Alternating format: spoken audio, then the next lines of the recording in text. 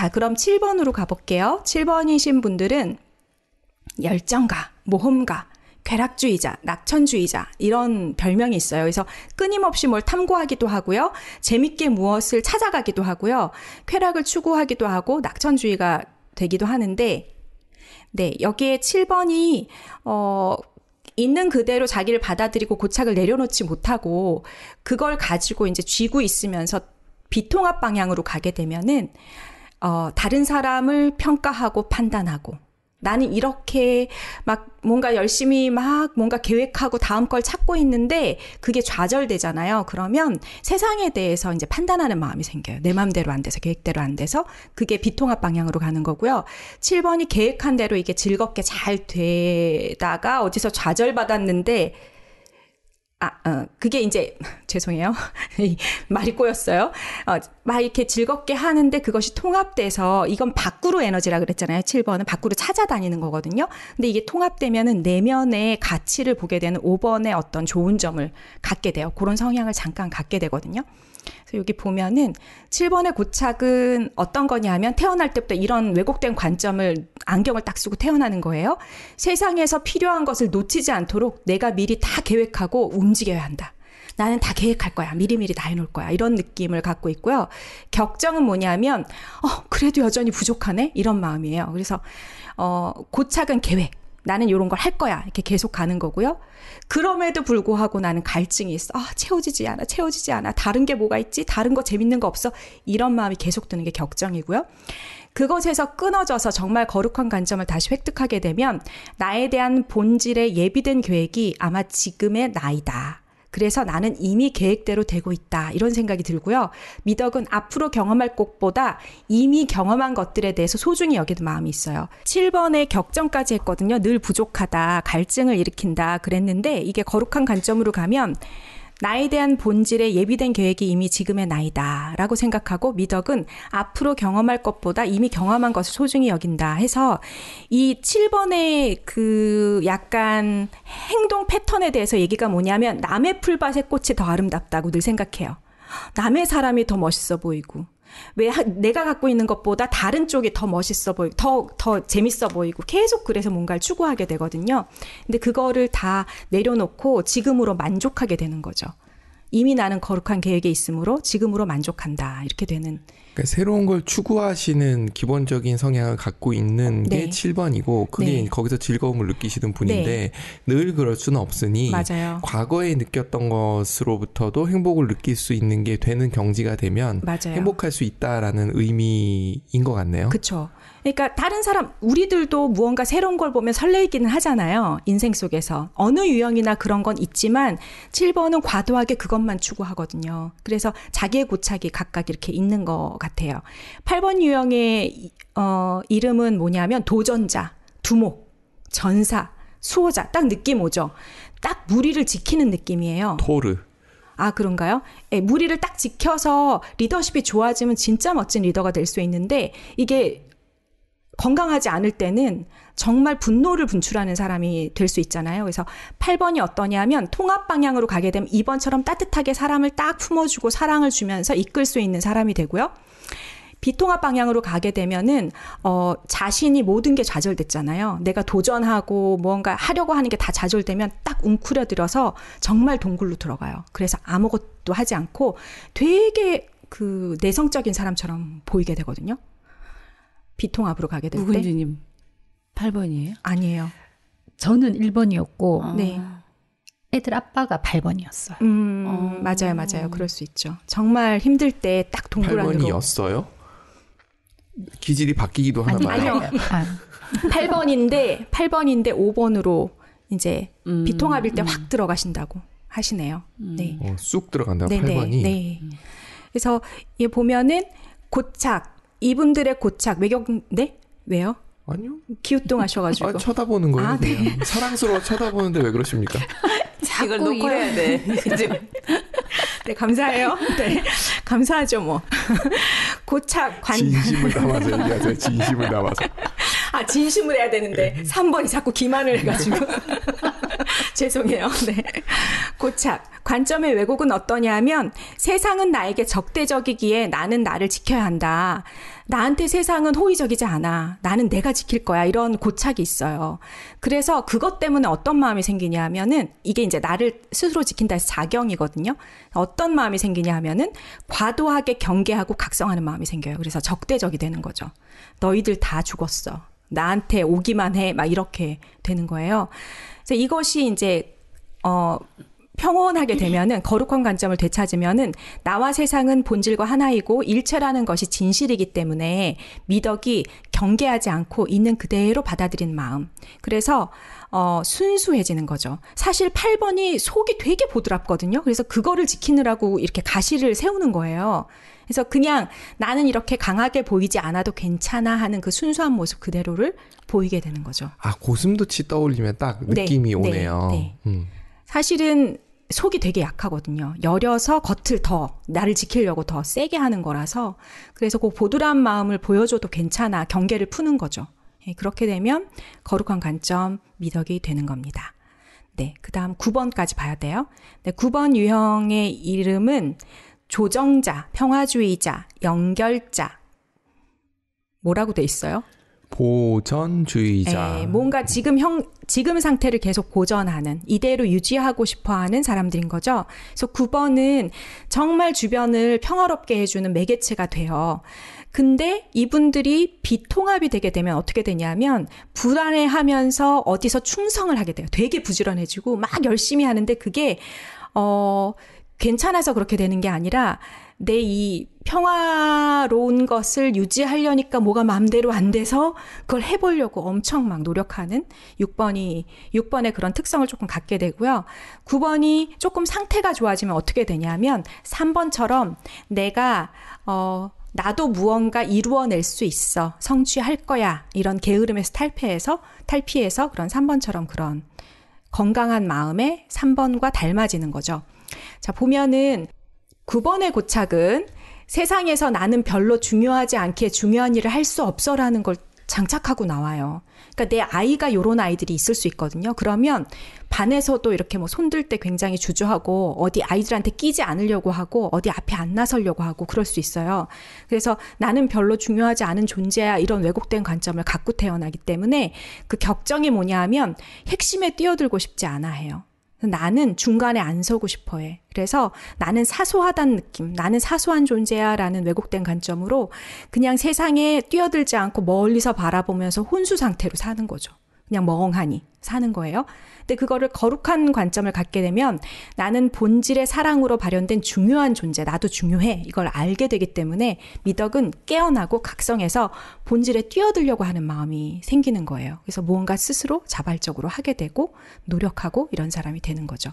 이게 소울을 보면 뭔가 재밌었던 게 뭐냐면 우리가 또 뭔가 자신의 내면을 들여다보고 명상을 하고 깨닫고 이러다 보면은 몸을 가진 육체가 마치 중요하지 않은 것처럼 생각할 때가 있거든요.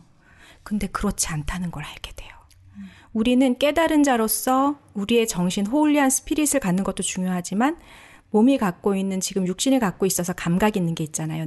뭔가 맛보고 느끼고 따뜻한 걸 느끼고 이런 것들이 얼마나 소중해서 우리한테 주어졌는지를 거기서 느끼게 되고 그 하나하나를 느끼면서 감사할 수 있는 마음도 거기서 얻을 수 있거든요. 그래서 아까 피자 먹는 장면과 뺨이 싸대기 맞는 장면이 나온 거군요. 거기서 몸을 안 입었잖아요. 그게 비욘드 비포기 때문에. 그래서 거기서는 아무것도 못 느껴요. 맛도 못 느끼고 냄새도 못 느끼고 막 맞아도 아프지도 않고 그렇게 되거든요. 저희가 지금 본질로부터 끊어진 왜곡된 관점에 대해서 1번부터 9번까지 다 알아봤고요. 그래서 그 왜곡된 관점을 내려놓게 되고 내 자신을 들여다보고 그것이 교정되면은 우리가 본질과 합일이 되면서 미덕을 갖게 되고 굉장히 편안한 상태가 된다고 얘기를 드렸어요. 이 애니어그램의 지혜의 46페이지에 나오는 이야기인데요. 우리들은 대부분 성격이 무엇인지는 알고 있지만 본질에 대해서는 생각해보지 않았을 것이다. 우리가 본질, 에센스에 대해 이야기할 때 그것은 말 그대로 가장 근본이 되는 우리 자신, 본질적인 자아, 우리 안에 있는 존재의 근본을 의미한다. 다른 의미로는 순수의식, 스피릿이라고 할 수 있다. 라고 해서 이게 우리 공부했잖아요. 그때 보면은 의식이 있고 의식 안에 무의식이 있고 무의식이 집단 무의식과 개인 무의식으로 나뉘고 이러면서 그 무의식 안에 정말 온 우주와 연결되는 참나, 셀프라는 것이 있다고 얘기했거든요. 그게 빛의 존재고 저기서 말하는 본질, 순수의식 다 통하는 말이더라고요. 그래서 이게 깨달은 자들이 느끼는 무엇인가인 것 같아요. 우리가 저거를 깨닫게 될진 모르겠지만 그 명상을 하시는 분들이 한 번씩 무언가를 만나고 오잖아요. 자기 안에 커다란 무엇과 조우하고 오거든요. 처음에 명상은 그건 것 같아요. 있는 그대로 나를 보는 거. 숨 쉬는 거 느끼고, 그죠? 그렇죠. 네. 그러니까 우리가 생각이 경거망동해서 너무 여기저기를 뛰니까, 현재 나한테 있질 못하니까 나한테 붙들어 매놓는 걸 먼저 하는 것 같고요, 명상에서. 그래서 나를 자신을 들여다보고 지금 나의 숨 들이쉬고 내쉬고를 느끼고 내 자체에 온전히 몰입하고 나면 그거조차 잊어버리는 망아의 상태가 되면서 합일되는, 저 순수의식과 합일되는 그런 것 같아요. 그래서 요거는 지금 잠깐 너무 진지했으니까 또 여러분들 머리 아프셨으니까 애니어그램에 또 헷갈리셨다고 해서 MBTI별로 보는 카페 가서 주문할 때 어떤 스타일인가 보여드릴 거예요. 어떻게 다른가 한번 보세요. 얼마나 다른지. 안녕하세요. 저 따뜻한 라떼 기본 INTJ. 사이즈로 저지방으로 바꿔주시고 폼 없이 뜨겁게 해주세요. 이 카드로 1,000원만 결제하고 나머지는 다른 카드로 결제할게요. 저 기님 유형이거든요. 아니, 또 저 저거는 메뉴 조금만 더 보고 INFP예요. 결정내는 저거 못한 것 같아요. 안 먹지? 메뉴 추천이요? 네, 그럼 해주세요. 아, 이거요? 네, 그럼 이거 그냥 주세요. 네, 감사합니다. F유형 느낌. 네, 좀 저 아이스 나죠? 아메리카노 기본 사이즈에 샷 하나 추가해서 ISTJ. 테이크아웃이요? 한잔에 4,700원이면 원가에서 얼마를 남기거든요? 재료비에, 인건비에, 매장 관리비, 리더덕님 이런 거 자연 돌죠. 괜찮네. 네, 자몽에다 하나 주세요. ENTP. 재료가 다 떨어져요? 아, 이거 자몽에다가 맛있어서 일부러 온 건데? 내일은 재료 들어와요? 신선한 걸로? 그럼 내일 올게요. 아메리카노 한 잔. ISTP. 네? 기기가 고장나서 아메리카노가 안 된다고요? 드립만 돼요? 그럼 드립으로 한 잔 주세요. 원두 선택이요? 저는 산미 있는 거. 케냐요? 에티오피아도 있나요? 네, 약간 갑자기 케냐는 관심 있는 거 과일 있으면 눈을 같은 반짝 섬이잖아요. 띄면서. 그거보다는 좀 꽃향기 같은 느낌이 더 좋아서. 아, 없어요? 그럼 그냥 주세요. 안녕하세요. 저 스페셜티 원두로 내린 커피 하나 주시겠어요? 아, 오늘 온도가 다 떨어졌어요? ENFJ. 그럼 그냥 아메리카노 주시겠어요? 아메리카노 다 떨어졌어요? 그럼 그냥 얼음물 하나 주세요. 얼음이 다 떨어졌다고요? 그럼 그냥 물만 주세요.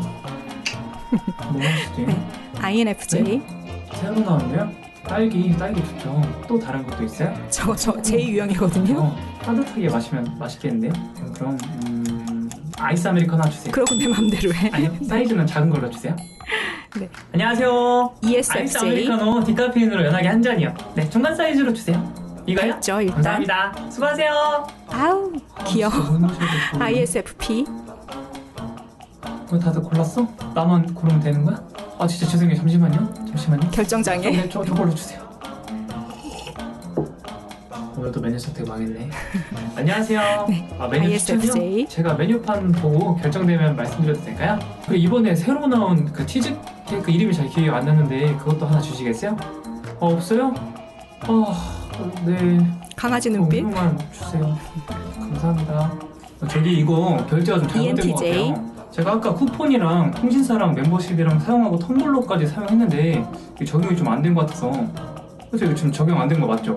아니 제가 아까 빼먹으신 것 같아서 2번이나 얘기했었는데. 네, 결제 다시 해주세요.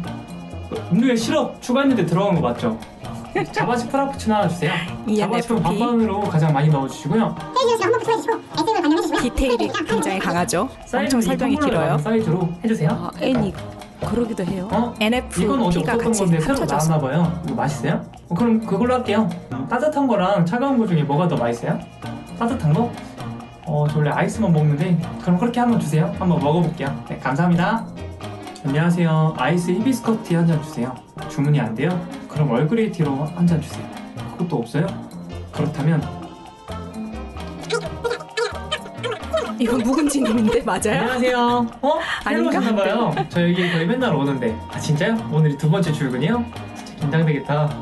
그럼 제일 자신 있는 메뉴가 뭐예요? 아메리카노? 동기부여해주고 그럼 아이스 있어요. 아메리카노 한 잔 주세요. 맛있게 부탁드려요.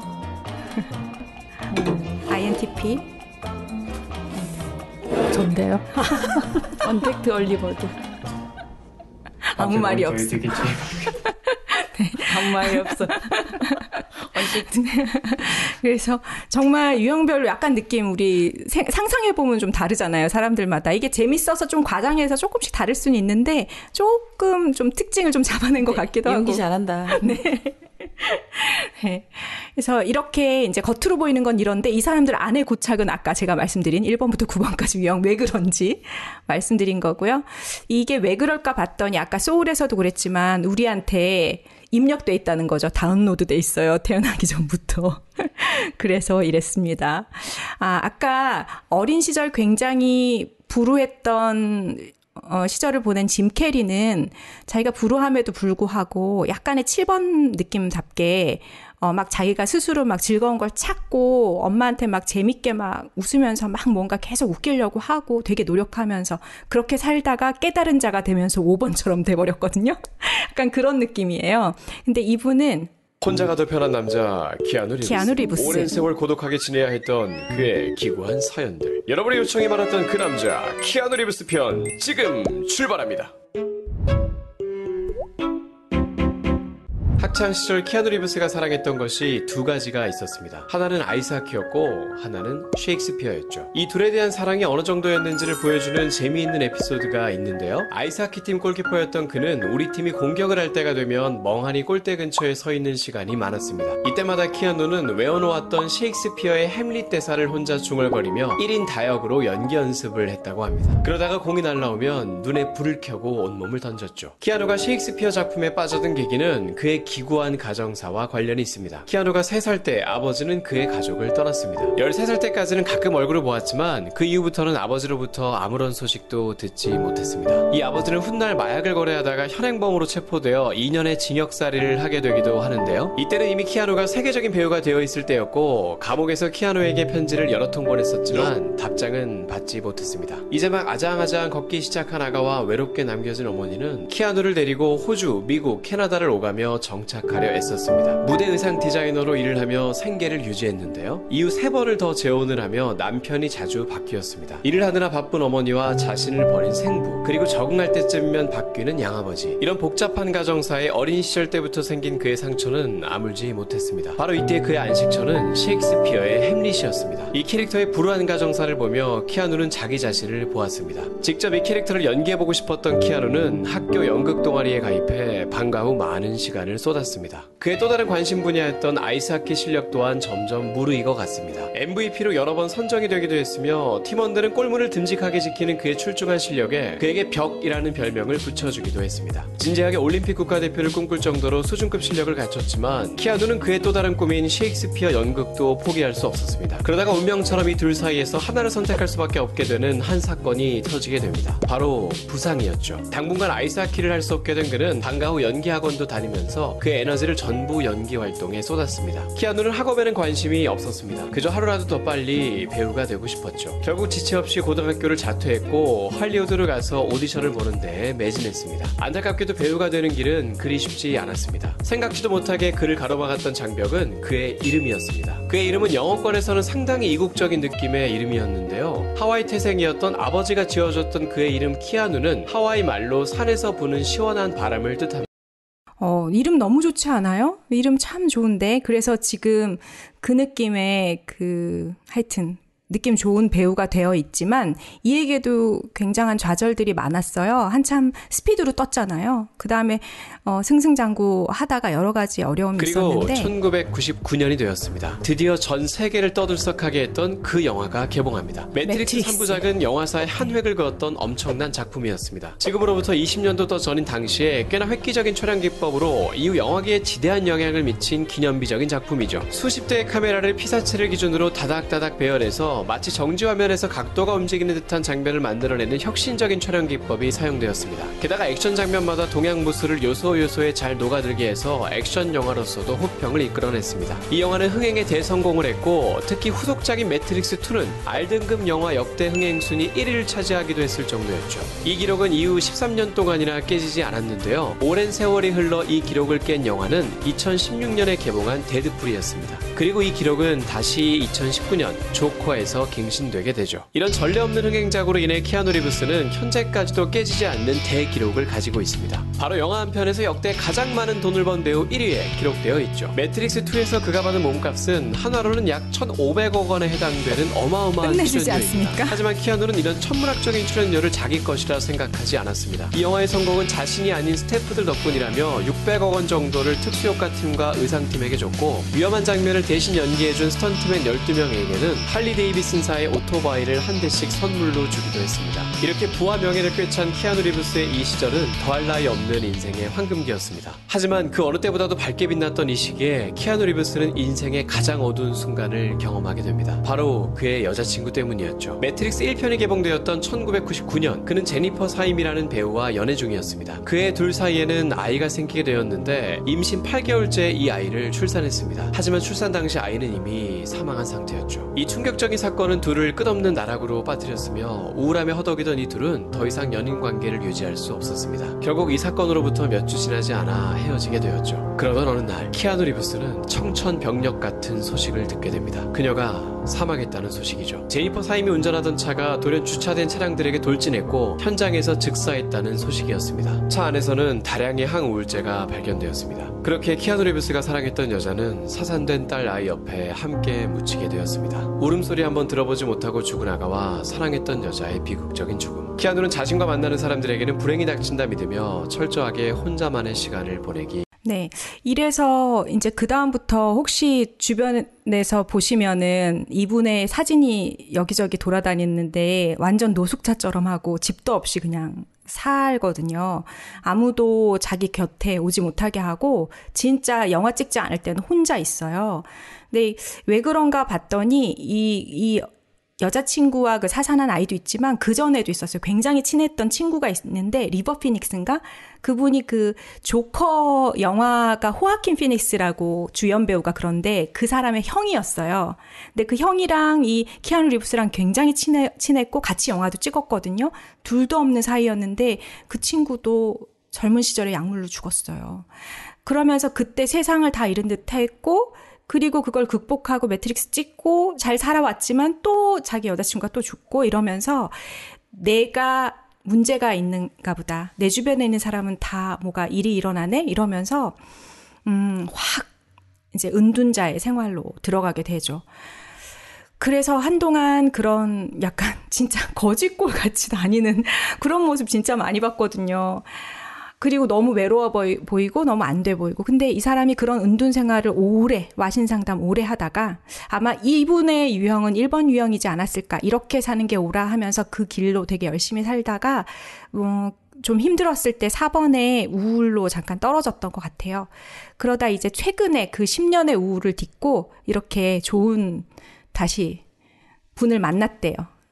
뭐 해주는 분이라 그랬더라? 분장해주던 분이라 그랬던가? 하여튼 일하면서 만나신 분인데 몇 살 연하로 보여요? 여자분이 더 나이 들어 보이죠? 근데 여자분이 10살 연하래요. 근데 지금 굉장히 편안하게 영화도 새로운 영화 되게 많이 찍고 왕성하게 활동하고 있거든요, 지금. 그래서 다시 이제 좀 건강한 수준이 되신 것 같아요. 엄마 빌이에요. 네, 약간 푸근한 느낌. 그게 맞아요. 아까 엄마 사진 나왔었잖아요. 그리고 엄마가 그리고 그 뭐라 그랬나? 혼자서 패션 계속 디자이너. 네네. 그 일 자체가 연예계에서 그거였잖아요. 그런 느낌을 받았지 않았을까라는 생각이 문득 드네요. 그럴 수 있겠다. 그리고 되게 인상 자체가 되게 편안하게 해줄 것 같아. 그래서 좋은 짝을 만난 것 같아서 저도 훈훈하고 좋더라고요. 매트릭스에서 새로 나온다 그러더라고요. 네, 맞아요. 요즘 굉장히 왕성한 활동을 하고 있어요. 네, 키아누 리브스가. 그래서 매트릭스에 보면 우리가 다운로드 받은 무언가로 지금 살고 있잖아요. 여러분이 다운로드 받은 건 바로 그 고착이에요. 그 고착으로 다. 이제 그 고착대로 사는 거예요. 근데 니오가 뭔지 이상하다라는 느낌을 받은 거죠. 근데 거기에 누가 나타나요? 저 옆에 트리니티가 나타나요. 트리니티는 옆에서 도움을 주면서 힌트를 주죠. 지금 너의 정체성은 그게 아니야. 너는 진짜 네가 있어. 이런 힌트를 주거든요. 그리고 나서 이 사람을 만나요. 모피우스인데요. 이 사람은 약간 영적 지도자 같은 느낌도 들고요. 그죠? 뭔가를 사람들을 이끌고 그 함대를 이끌고 어디론가 가잖아요. 근데 이 사람이 이렇게 만나서 니오를 만나서 빨간 약 먹을래? 파란 약 먹을래? 하죠. 그냥 지금처럼 그대로 살래? 아니면 진짜 네가 누군지 현실을 볼래? 라고 해서 그 현실을 보는 약을 먹고 갔더니 이게 다 가상현실인 거예요. 이거 뭐지? 내가 살던 게 진짜 내가 아니야? 막 이러면서 굉장히 당황스럽고 또 갑자기 막 무술 훈련을 해요. 뭔가를 위해서.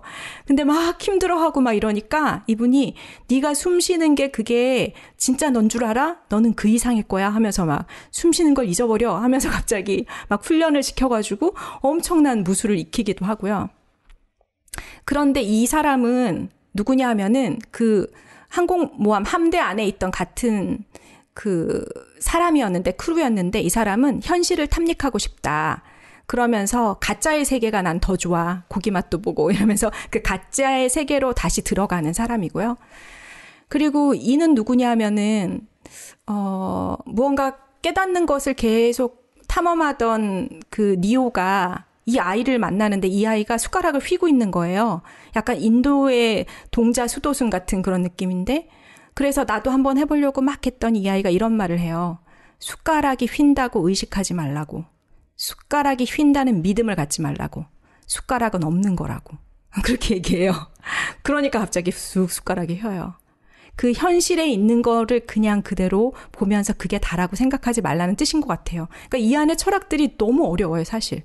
그래서 이게 뭐지? 막 이러면서 보게 되거든요. 숟가락을 없다고 생각하라는 얘기를 해요. 그리고 이 사람은 오라클이었는데 이분은 약간 예언자 같은 사람이거든요. 그러면서 니오에게 니오가 맞아라고 얘기를 확실하게 안 해주고요. 꽃병이 곧 꽃병을 신경 쓰지 마 이러면서 미리 얘기해요. 몇 초 후에 일어날 일을. 그러면서 네가 믿는 것이 너일 거라는 식으로 약간 그런 애매하게 이렇게 뭔가 예언을 해줘요. 그러면서 이 니오가 뭔가 느낌을 가져요. 이 모피우스가 자기를 희생해서 어디에 붙잡히게 되거든요. 그때 이 사람을 구할 건 자기밖에 없다는 걸 느끼고 거기에 뛰어들어서 이들이 이름이 뭐였더라? 이들을 물리쳐요. 에이전트인데 이 사람 이름이 뭐였더라? 생각이 안 나네. 뭐 무슨 뭐였는데 하여튼 이들을 물리쳐요. 그러니까 내가 지금 사는 게 가상세계라고 생각을 하는 건데 이 생각을 일론 머스크도 하고 있더라고요. 네, 여러분 모두는 깨어남의 과정에 있고요. 그래서 당신은 깨어날 준비가 되어 있어요. 자, 명상하듯이 읽어드릴게요. 짐 캐리입니다. 어느 날 일어나 봤어요. 그랬더니 이상한 느낌이 들었죠. 갑자기 깨달았어요. 갑자기 이해한 거죠. 생각이 어떻게 단지 환상에 불과했는지를, 내 생각이 또 그 생각에 어떤 책임을 가지고 있는지에 대해서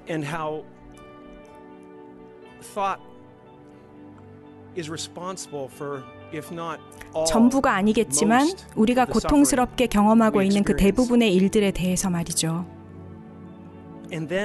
그리고 갑자기 그런 느낌이 들었어요. 내가 마치 관찰자가 되어 생각들을 바라보고 있다는 그런 느낌? 그리고 궁금했어요. 이게 누구지? 내가 생각하는 걸 알아차린 자. 이게 누구지? 그러니까 여러분이 깨어남과 자신이 진짜 누구인지를 발견하는 그 과정이 있을 때 여러분이 하는 것은 바로 이 전체 우주가 하는 것 그 자체입니다. 바로 지금 여기에서 말이죠. 그 본질과 여러분들이 하나 되는 거예요. 그리고 갑자기 내 자신과 모든 문제로부터, 이건 짐 캐리의 목소리입니다. 완전히 자유롭게 벗어난 그런 느낌이었어요. 내 존재와 한계를 넘어선 확장된 느낌에 나가 있었어요. 그랬습니다. 나 모든 것이었고 모든 사람이었죠. 단순히 우주의 한 부분이 아니었던 거죠. 내가 바로 우주였어요. 이게 셀프 깨달은 나와 만났을 때 저런 느낌인가 봐요. 저런 느낌 갖고 싶다. 여러분은 바로 우주가 짓는 그 어떤 모습. 바다가 파도를 만들어내듯 우주가 당신을 빚고 있습니다. 네. 진짜 당신은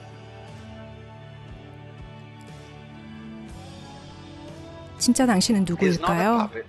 삶을 마음대로 조종하는 그런 인형이 아니고요. 당신의 진짜 본질은 이 우주 전체입니다. 네, 여기까지 볼게요. 예, 마지막을 또 이렇게 너무 진지하게 갔죠. 그 본질이란 얘기를 하려면 이 느낌을 좀 알긴 알아야 되는데 참 어려워요. 저도 아직 잘 모르겠고, 근데 약간 이렇게 상상해 보고 있어요. 그 상상을 하면서 그냥 진짜 내가 요 작은 나일까? 그리고 내가 생각에 잡혀있는 요 나로 사는 거가 내 전체일까? 그럼 나는 이렇게 한계 지은 나일까? 라고 생각해 보면 그것을 벗어난 사람들이 있다는 걸 문득문득 보게 되는 거죠. 그들은 어떤 깨달음이었기 때문에 그걸 뛰어넘었을까? 궁금하기도 했고, 그리고 우리 모두도 어쩌면 그런 무언가 본질과 닿을 수 있는 기회가 있지 않을까라는 생각도 해보게 됩니다. 그래서 오늘 이런 자기의 유형별 고착하면서 굉장히 재밌게 웃기도 했는데, 그 자기의 고착이 다가 아니라는 것만 서로 알게 돼도 세상이 훨씬 좋아질 것 같다는 생각이 들고요. 네, 오늘 내적 성장 프로젝트 애니어그램 유형별 고착과 격정은 이상으로 마치겠습니다. 예, 감사합니다. 수고하셨습니다. 수고하셨습니다.